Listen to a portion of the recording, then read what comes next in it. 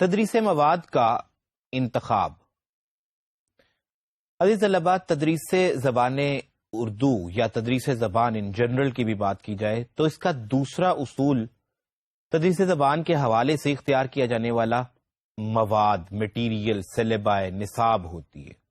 یعنی آپ پڑھانے کے لیے، زبان سکھانے کے لیے کون سا طریقہ کار اختیار کر رہے ہیں، کون سی چیزیں شامل کر رہے ہیں، کون سی نظمیں شامل کر رہے ہیں، کون سی غزلیں ہیں، کون سے قواعد و انشاء ہیں۔ اس اصول کی پاسداری کے بغیر ہم تدریس زبان کے عمل کو ممکن بنا نہیں سکتے، کیونکہ ہم لوگوں نے جو کچھ بھی پڑھانا ہے وہ اسی مواد کی بیس پہ ہوگا۔ ظاہر ہے جو ہم سکھانا چاہتے ہیں اس کے نتیجے میں بچہ وہی سیکھے گا جو مواد میں شامل ہے، جیسی چیزیں شامل ہیں۔ تو تدریس مواد کی انفرادیت ہے۔ تدریس زبان کے حوالے سے اگر ہم بات کریں تو تدریس زبان انفرادی نوعیت کا ایک مضمون ہے، انفرادی نوعیت کا ایک ڈسپلن ہے جو دراصل دیگر علوم سے مختلف ہوتا ہے۔ کیسے؟ پہلی بات تو یہ کہ دیگر علوم اختصاصی نوعیت کے ہوتے ہیں۔ اختصاصی نوعیت یعنی ٹیپیکیلٹی ان میں پائی جاتی ہے۔ اگر کوئی شخص فزکس پڑھ رہا ہے تو اس کو فزکس میں پولیٹیکل سائنس کی، ہسٹری کی، تاریخ کی یا معاشیات کی یا عمرانیات کی ضرورت نہیں ہے۔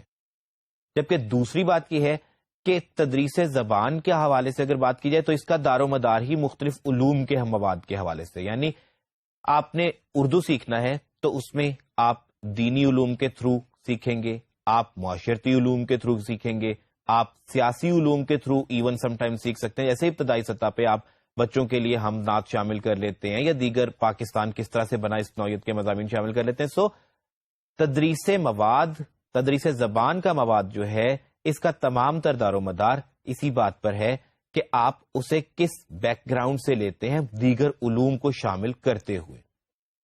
اس کے بعد ہم دیکھتے ہیں کہ تدریس زبان کا جو مواد ہم اختیار کر رہے ہیں، جو میٹیریل ہم لے رہے ہیں، اس کے لیے بنیادی اصول کون سے ہونے چاہیے۔ زبان کی تدریس کرتے ہوئے جب ہم لوگ سلیبائے مرتب کریں گے تو اس کا پہلا اصول عزیز طلبہ یہ ہوگا کہ نظم و نثر اور قواعد و انشاء کے جو اسباق آپ شامل کر رہے ہیں ایک کتاب میں، ان میں تناسب پایا جائے۔ اگر آپ زیادہ منظومات شامل کر لیں گے اور نثر کا حصہ کم ہوگا تو ہو سکتا ہے وہ بچے جو کہانی کے تھرو سیکھتے ہیں، جو مختلف مضامین کے تھرو سیکھتے ہیں، ان کے لیے ظاہر ہے کہ رستہ بہت کم رہ جائے گا۔ اسی طرح سے اگر نثر بہت زیادہ ہوگی تو بچے کی طبیعت میں جو ہمیں ترنم، جو موسیقیت، جو آہنگ چاہیے، ہم اس کا حصول نہیں کر سکیں گے۔